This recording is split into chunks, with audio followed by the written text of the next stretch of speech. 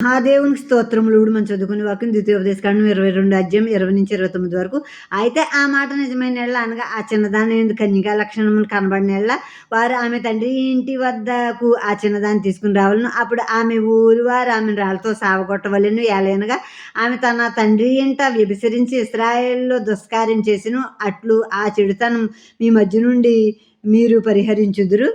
ఒకడు మగనాలితో శయనించుండగా కనబడినెడల వారిద్దరూ అనగా ఆ స్త్రీతో క్షీణించిన పురుషుడును ఆ స్త్రీయును చంపబడవలను. అట్లా ఆ చెడుతనము ఇశ్రాయేలు నుండి పరిహరించుదురు. కన్యకైన చిన్నది ప్రదానం చేయబడిన తర్వాత ఒకడు ఊరిలో ఆమెను కలుసుకుని ఆమెతో శయనించినట్ల ఆ ఊరి గవని యొద్దకు వారిద్దరిని తీసుకుని వచ్చి ఆ చిన్నది ఊరిలో కేకలు వేయక ఉన్నందున ఆమెను తన భార్యను అవమానపరిచినందునను ఆ మనుష్యుని రాళ్ళతో సావగొట్టవలెను. అట్లు ఆ చెడుతనం మీలో నుండి పరిహరించుదురు.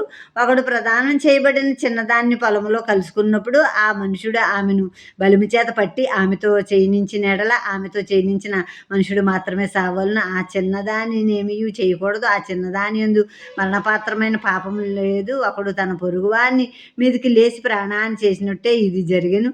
అతడు ఆమెను పొలములో కలుసుకొనగా ప్రదానం చేయబడిన ఆ చిన్నది కేకలు వేసిన ఆమెకు రక్షకుడు లేకపోయాను.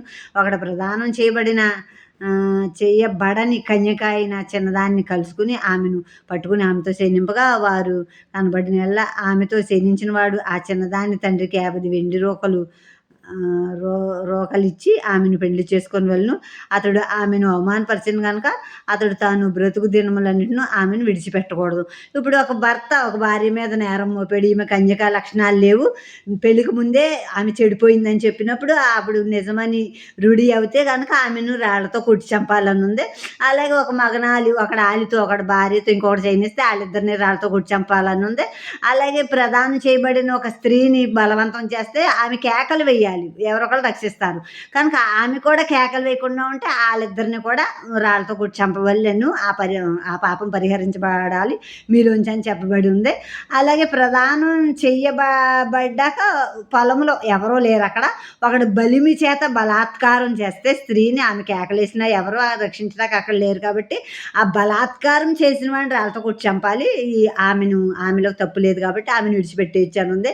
అలాగే ఒక కన్యకను ఒకడు బలాత్కారం చేస్తే మళ్ళీ వాడికి ఆ అమ్మాయిని వాడికిచ్చి పెళ్లి చేసేయాలి. ఆమెను అవమానపరిచాడు కాబట్టి ఆమెను పెళ్లి చేసుకుని జీవితకాలం అంతా ఆమెను భార్యగా చూసుకుంటూ ఉండాలని చెప్పబడింది.